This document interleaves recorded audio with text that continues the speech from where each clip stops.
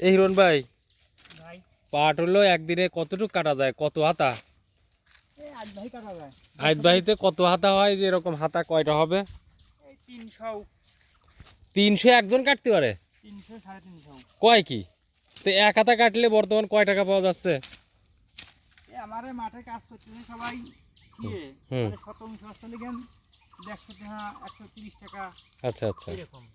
এক শতাংশ 100 টাকা, 130 টাকা, 150 টাকা এরকম। হ্যাঁ তাই তো এখন যারা কাজ করতেছে পরের জোন দিচ্ছে, তারা তো ভরপুর টাকা পাচ্ছে হ্যাঁ এর প্রতিদিন। টাকা তো তাহলে 2200-2500 পর্যন্ত ইনকাম করতেছে না?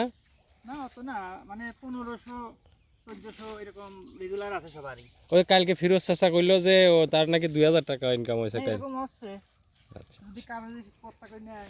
আসলে এই যে সিজনটা, এই সময় ভরপুর কাজ থাকে। একদিকে হলো আপনার ধান লাগানোর চিন্তা ভাবনা, ধানের চারা দেওয়া, তারপর হলো এই পাটের কাজ তো খুবই পরিশ্রমের। আসলে জমি ফাঁকা পড়ে থাকবে, এই জন্য পাট চাষ করে।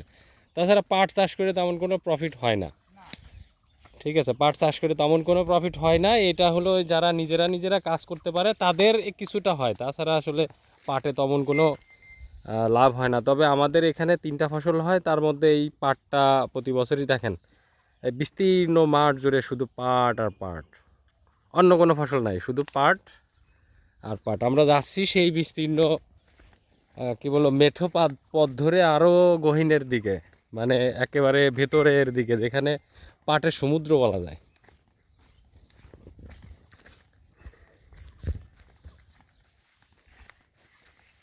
এই যে দেখেন ঘোড়া গাড়ি দিয়ে পাট নিয়ে গেছে এখান দিয়ে, এই যে তার পয়েন্ট দেখা যাচ্ছে। এই যে এই অংশের পাটটা ওইদিকে চলে গেছে।